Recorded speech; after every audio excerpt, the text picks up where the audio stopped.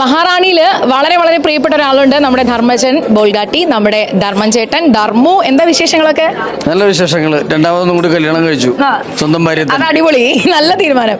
അപ്പൊ നിങ്ങള് അടുത്ത തവണ ഇനി മൂന്നാമത് പ്ലാൻ ഉണ്ടെങ്കിൽ എന്തായാലും മഹാറാണി വിസിറ്റ് ചെയ്യണം. ഞാൻ എന്തായാലും മഹാറാണിയിൽ ഒരു കല്യാണ സാരി എടുത്തോളാം. കെട്ടിപ്പോയി. ധർമ്മു, നമ്മൾ എപ്പോഴും പല ഷോസിനും പ്രോഗ്രാംസിനും ഒക്കെ കാണുമ്പോൾ അപ്ഡേഷൻ നമ്മളെ കോസ്റ്റ്യൂംസിൽ കൊണ്ടുവരുന്ന ഒരാളാണ്. അപ്പോൾ ധർമ്മേണ്ട ഇന്ന് ഈ ഒരു അറേഞ്ച് ചെയ്തിട്ടുള്ള മാനിക്യൂണിലുള്ള ഡ്രസ്സും പാറ്റേൺസും ഒക്കെ കണ്ടിട്ട് എന്താണ് ഒരു അഭിപ്രായം?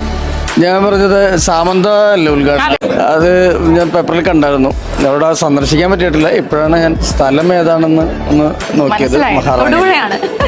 അപ്പൊ തീർച്ചയായിട്ടും തൊടുപുഴയൊക്കെ നമ്മളെപ്പോഴും ഷൂട്ടിങ്ങിന് പോകുന്ന സ്ഥലമാണ്.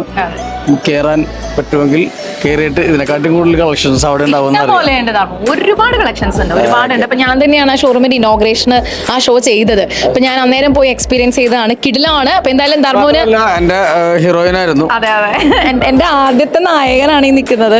അപ്പൊ വളരെ സന്തോഷം. ധർമ്മൂന് ഒരു ഗിഫ്റ്റ് നമ്മൾ നൽകുകയാണ്.